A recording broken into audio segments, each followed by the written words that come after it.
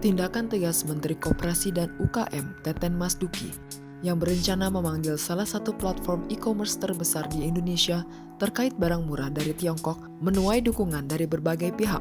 Langkah ini dilakukan pemerintah bermula dari viralnya tagar #seller asing bunuh UMKM yang terjadi trending topik di media sosial.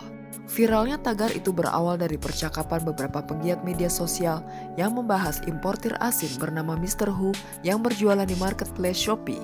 Warganet sudah sejak lama dibuat penasaran dengan sosok Mr. Hu ini, sebab setiap membeli barang dari Tiongkok, nama pengirim dan alamat selalu sama.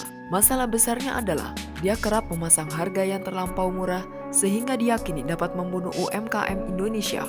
Ekonom Institute for Development of Economics and Finance, Bima Yudhistira memandang lancarnya arus barang impor dari Tiongkok lewat marketplace e-commerce akibat regulasi impor yang terlalu lama.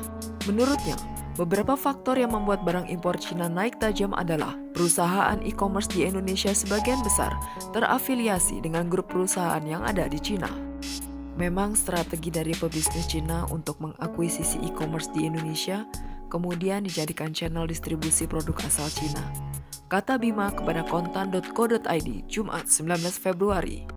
Grup yang membeli saham e-commerce Indonesia, lanjut Bima, gencar dalam melakukan aksi promo dan diskon. Bahkan, berani memberikan gratis ongkos kirim dan sering melakukan event diskon hingga 90%. Wajar apabila produk made in China cukup dominan di platform e-commerce. Pemerintah Cina juga berperan penting dengan melakukan subsidi kepada perusahaan yang melakukan ekspor barang ke Indonesia.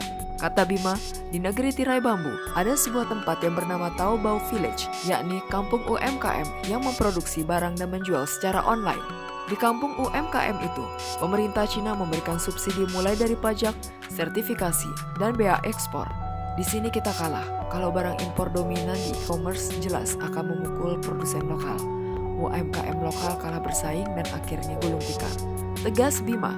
Karena itu, Bima mengingatkan agar porsi impor barang di platform e-commerce diatur pemerintah, tapi hingga saat ini tidak pernah ada regulasi yang tegas. Efek negatifnya, ada ketidakseimbangan persaingan antara produsen di Tiongkok yang sudah besar dan efisien dengan pelaku UMKM.